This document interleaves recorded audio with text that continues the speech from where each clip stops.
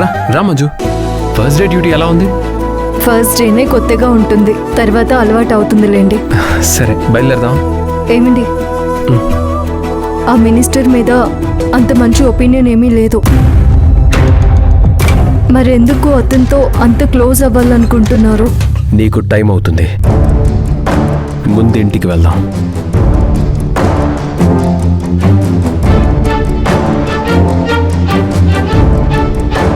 మంచోడే, కాకపోతే కొంగుచాటు కృష్ణుల్లా ఉన్నాడు.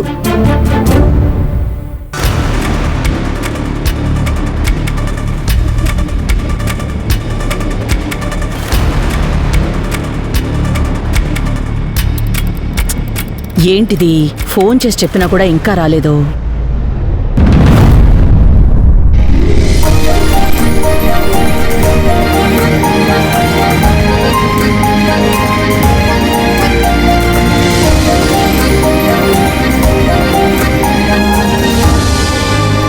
అత్తయ్య గారు గెస్ట్లు వచ్చేస్తారని అన్నారు.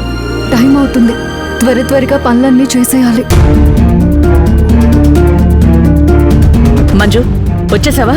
టెన్షన్ పడుతున్నాను. ఏమైందమ్మా? మన ఇంటికి గెస్ట్లు వస్తున్నారా? ఈ టైంలో వస్తున్నారు కదా అని డిన్నర్కి బయటికి తీసుకెళ్దాం అనుకున్నాను. వాళ్ళేమో డిన్నర్ ఈరోజు మీ ఇంట్లోనే చేస్తామని మొహమాటం లేకుండా చెప్పేశారు. అత్తయ్య గారు పర్వాలేదు, మన ఇంటికి వచ్చే వాళ్లకు డిన్నర్ బయట నుంచి ఎందుకు అరేంజ్ చేయాలి? మనమే చేసేద్దాం. కాదు మంజు, ఇప్పుడు వంట ప్రిపేర్ చేయడం అంత అవసరమా? ఆర్డర్ చేస్తే ఇంటికే తెచ్చిస్తారు. అవునవును అమ్మా మంజు, ఆర్డర్ ఇచ్చేసి 5గురికి కాకపోతే 10 మందికి ఇవ్వు. చిత్రకారులు, మీరు ఆపుతారా? ఆర్డర్ పెట్టే విషయం నాకు తెలీదా? సత్య, నేను ఆర్డర్ ఇద్దామనుకున్నా మంజు ఒప్పుకోదు. నా కోడలికి వంట కూడా రాదు అన్నమాట ఎవరు నాతో అన్నా నేను ఒప్పుకోను. సరే అమ్మా, మీ ఇష్టం.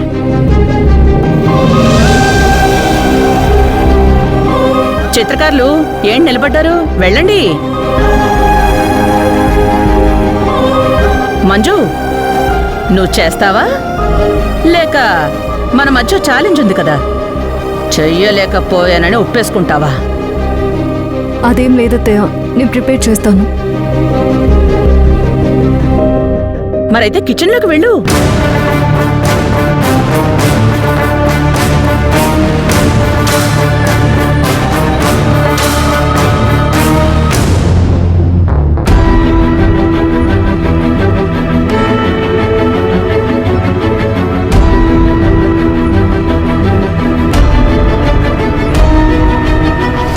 మంజు, ఈ లిస్ట్ ఒక్కసారి చూడమ్మా. ఏంటత్తయ్య ఇది? నువ్వు తయారు చేయాల్సిన వంటలు ఒకసారి చదువు. చికెన్ బిర్యానీ, చికెన్ ఫ్రై, చేపల పులుసు, మటన్ కర్రీ, బొమ్మిడాయల పులుసు. ఎన్ని కూరలా? నువ్వేం కంగారు పడాల్సిన పనిలేదు, కావలసినవన్నీ తెచ్చిపెట్టాను. నువ్వు తయారు చేస్తే చాలు. అలాగే అత్తయ్య. అసలు ఈ గెస్ట్లు ఎవరు, ఎందుకు వస్తున్నారు? మీకెందుకండి, మీరు కాసేపు మాట్లాడకుండా ఉంటారా?